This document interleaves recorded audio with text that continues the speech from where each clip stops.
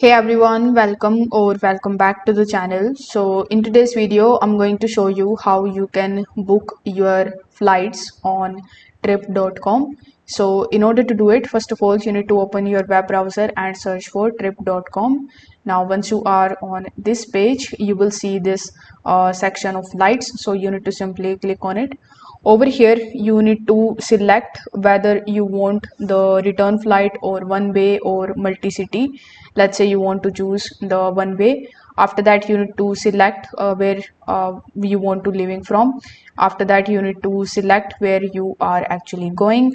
Then you need to select the date, and it will also show you the respective payments of that particular flight on that date. Afterwards, you need to click on this search option over here.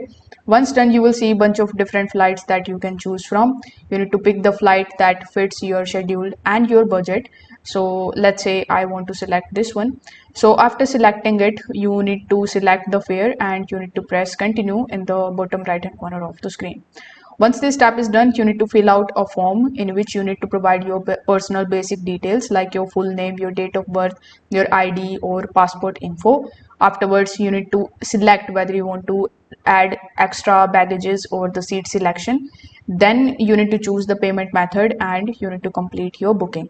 So this is how you are going to get your e-ticket via email in the trip.com application as well in the my booking section. So this is how you can basically do it. So if this video helped you out, make sure that you like this video and subscribe to the channel. Thanks for watching.